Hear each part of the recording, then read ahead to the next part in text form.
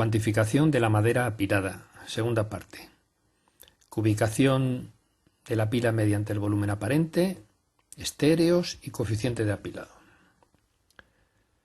Vamos a ver la cubicación de madera apilada por el volumen aparente. El volumen lo vamos a reflejar mediante una unidad de medida de volumen que se denomina estéreo. La cubicación mediante el volumen aparente es el procedimiento más habitual de cuantificar la madera apilada en nuestros entornos rurales. La madera apilada se suele colocar en el monte, tras la corta o en el parque de las empresas en pilas, colocando unas piezas sobre otras, formando paralelepípedos que tienen por fondo la longitud de las piezas, es decir, todas las piezas son de la misma longitud. Midiendo la longitud de la pila, la altura y conociendo la profundidad de esa pila, todo en metros, tendremos el volumen aparente de la pila en metros cúbicos si multiplicamos la longitud por la altura y por la profundidad de la pila. En este caso, A por B por C. Este tipo de cubicación nos proporciona el volumen aparente, no exactamente el volumen real de madera que existe en la pila, sino que, además del volumen de madera, nos proporciona el volumen de los huecos que existe entre la misma. La unidad de cubicación del volumen aparente de la madera apilada es el estéreo. El estéreo se define como la cantidad de madera que cabe correctamente apilada en un metro cúbico.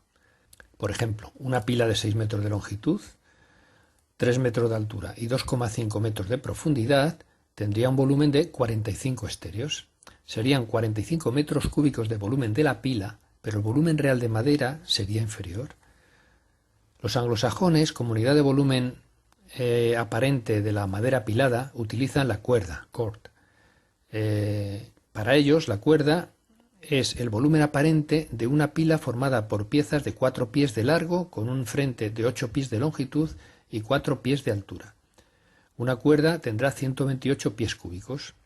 La equivalencia entre la cuerda y el estéreo es que una cuerda es igual a 3,625 estéreos.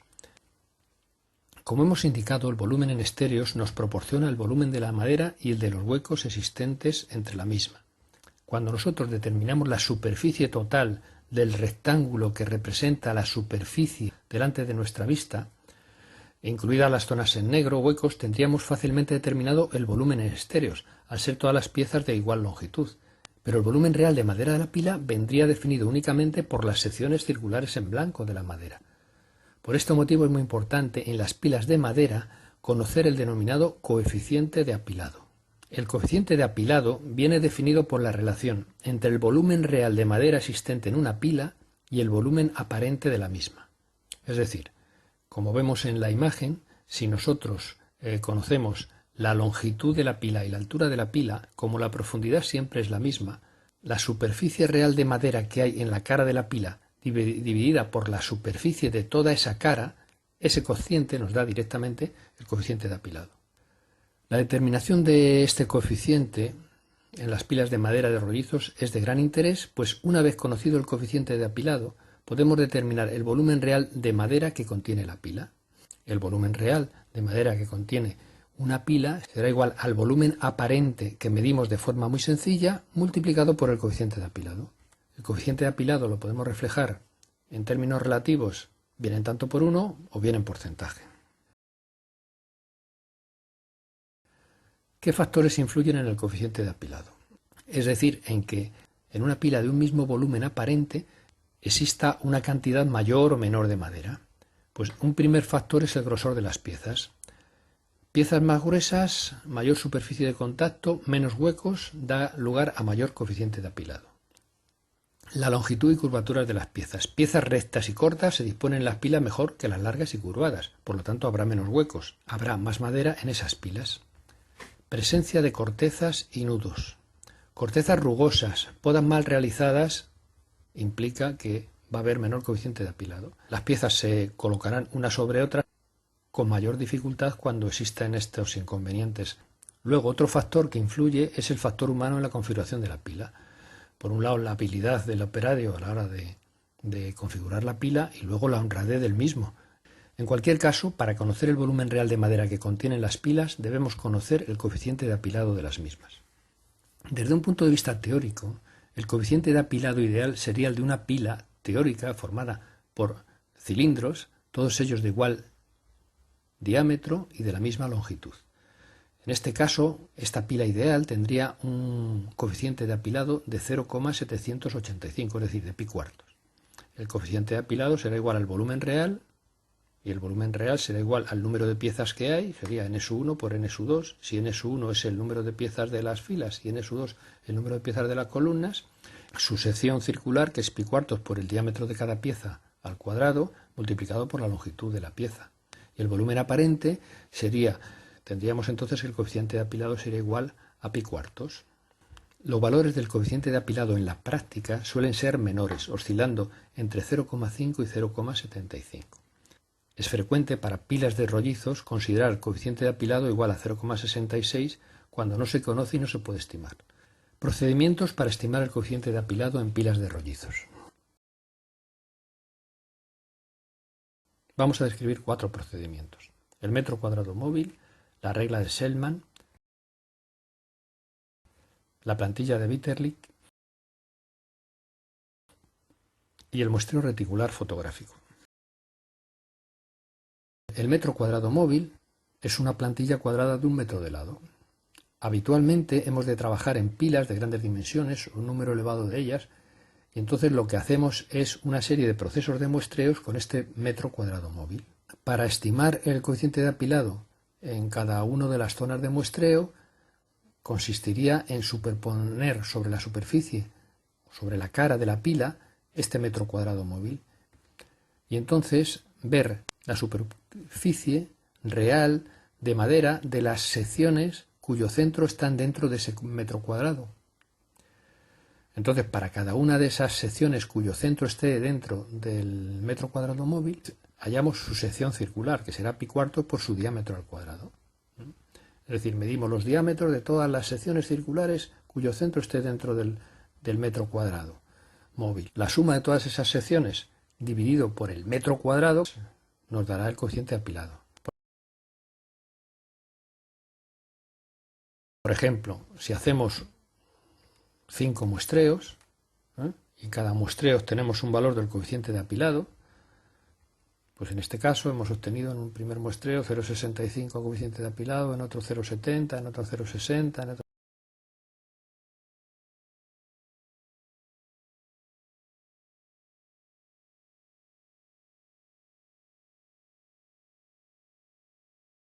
El valor promedio de todos los valores obtenidos en los distintos muestreos con el metro cuadrado móvil nos dará un valor de coeficiente de apilado promedio, que será el que utilicemos para estimar el volumen real de la pila. Si la pila tiene un volumen aparente de 40 por 3,5 metros por 2,5 metros, es decir, de 350 estéreos, el volumen real estimado en dicha pila sería 350 estéreos, metros cúbicos de volumen aparente por 0,63. Estimamos que en la pila existen pues 220,5 metros cúbicos de madera real. Regla de Selman. La regla de Selman consiste en una regla de 1 a 2 metros que uno mismo se puede construir, dividida en 100 partes iguales. Para determinar el coeficiente de apilado, se superpone la recta sobre la pila y se cuenta el número de puntos de los 100 en que está dividida que caen en hueco. Si a los 100 puntos de la pila les restamos los que caen en hueco, tendríamos una estimación, una aproximación al volumen real. Si eso lo dividimos por 100 puntos, que sería una aproximación al volumen aparente, ya que los 100 puntos caen tanto en madera como en hueco, ese cociente nos dará el coeficiente de apilado en ese punto, en esa zona de muestreo, que será igual a 100 menos n sub h partido por 100, donde n sub h es el número de las 100 divisiones de la regla de Selman que caen en hueco. Si, por ejemplo, 38 de las 100 divisiones de la regla caen en hueco, el coeficiente de apilado sería 0,62, si lo expresamos en porcentaje del 62%. Bueno, pues hacemos este muestreo en distintas partes de la pila y el valor promedio de las observaciones realizadas es el que utilizaremos como coeficiente de apilado para estimar el volumen real de madera existente en la pila. En este caso, pues si la pila tiene 350 estéreos de volumen aparente y el coeficiente de apilado promedio que hemos determinado es de 0,668, tendríamos que la madera real estimada existente en la pila sería de 233,8 metros cúbicos. La plantilla de Bitterlich. Mediante esta plantilla, cuyas dimensiones son las que aparecen en la diapositiva, se puede aplicar el procedimiento de muestreo angular de Bitterlich basado en la utilización de un calibre angular que mantiene un ángulo constante. Se trata, pues, esta plantilla de Bitterlich de un calibre angular que muestrea todas las secciones cuyo centro se encuentre a menos de 60 centímetros de la plantilla en un giro completo de 360 grados.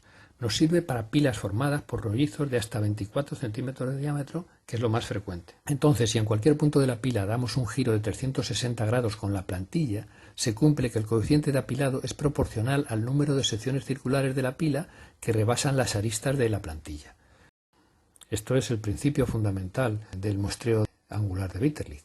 Entonces, el factor de proporcionalidad en este caso, con esta plantilla, siempre va a ser 0,04 si lo expresamos en tanto por 1 o 4 en el caso de obtener el coeficiente de apilado en tanto por ciento. Ese coeficiente de apilado será igual a este coeficiente de proporcionalidad por n, siendo n el número de secciones que rebasan las aristas de la plantilla en un giro completo de 360 grados. Situamos la plantilla sobre la pila, iniciamos un giro en el sentido de las agujas del reloj, iremos contabilizando el número de secciones atravesadas por las aristas con este criterio que hemos señalado.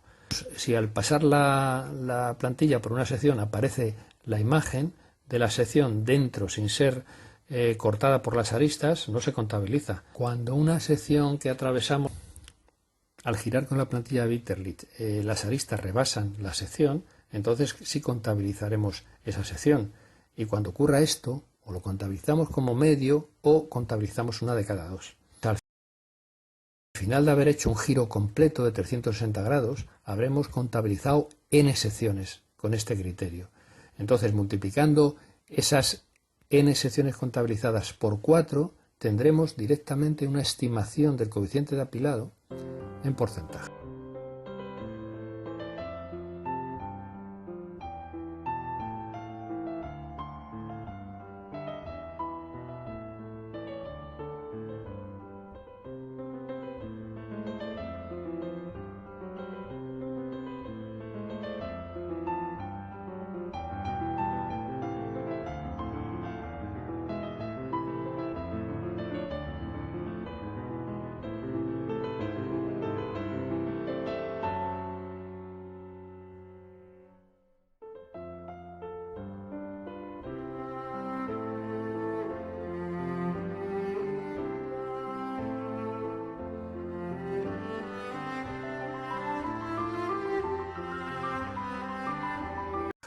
Utilizando la plantilla de Bitterlich es frecuente hacer 4 muestreos en cada pila y sumando los conteos obtenidos tendremos directamente una estimación promedio del coeficiente de apilado en porcentaje.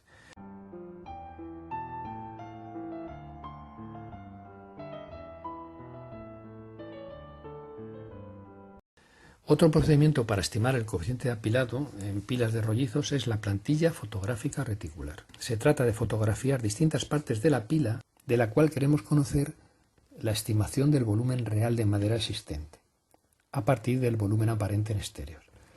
Entonces, superponemos sobre la foto una malla reticular y contabilizaremos el número de puntos de intersección del total de la malla que no caen sobre madera, es decir, las que caen en hueco. Podemos obtener una estimación del coeficiente de apilado de esa muestra fotográfica mediante la siguiente expresión. El coeficiente de apilado será igual al número total de puntos de la malla que superponemos sobre la foto, menos el número de puntos de esa malla que caen en huecos, y todo ello dividido por el número total de puntos de la malla reticulada que ponemos sobre la fotografía de la pila. Procediendo de esta manera, con distintas fotos muestra de distintas partes de la pila, obtendremos valores del coeficiente de apilado en dichas partes y un valor promedio de los coeficientes de apilado obtenidos. Nos servirá para estimar el volumen real de la pila en función de su volumen aparente en estéreos. Antiguamente la malla reticular se dibujaba sobre papel vinílico transparente y se superponía sobre la fotografía de la pila. En la actualidad, la fotografía digital y la gran mayoría de programas informáticos que utilizamos habitualmente nos permiten colocar una malla sobre una fotografía digital de manera muy sencilla. En el caso de la diapositiva, vemos una fotografía de una pila, vemos superpuesto sobre ella una malla reticular y vemos que de los 70 puntos de los que tiene esa malla reticular, 22 caen en zona de huecos. Los puntos dudosos que caen en bordes se consideran como medio punto, se coge uno de cada dos. Esto siempre en todos los procesos de muestreo. El coeficiente de apilado en esta muestra fotográfica pues será 70, que es el número de puntos de la malla, menos 22 que caen en hueco, dividido por 70, nos da 0,68, nos da el 68,6% de coeficiente de apilado. A continuación vamos a reflejar distintos datos de experiencias diversas de distintos investigadores sobre el coeficiente de apilado.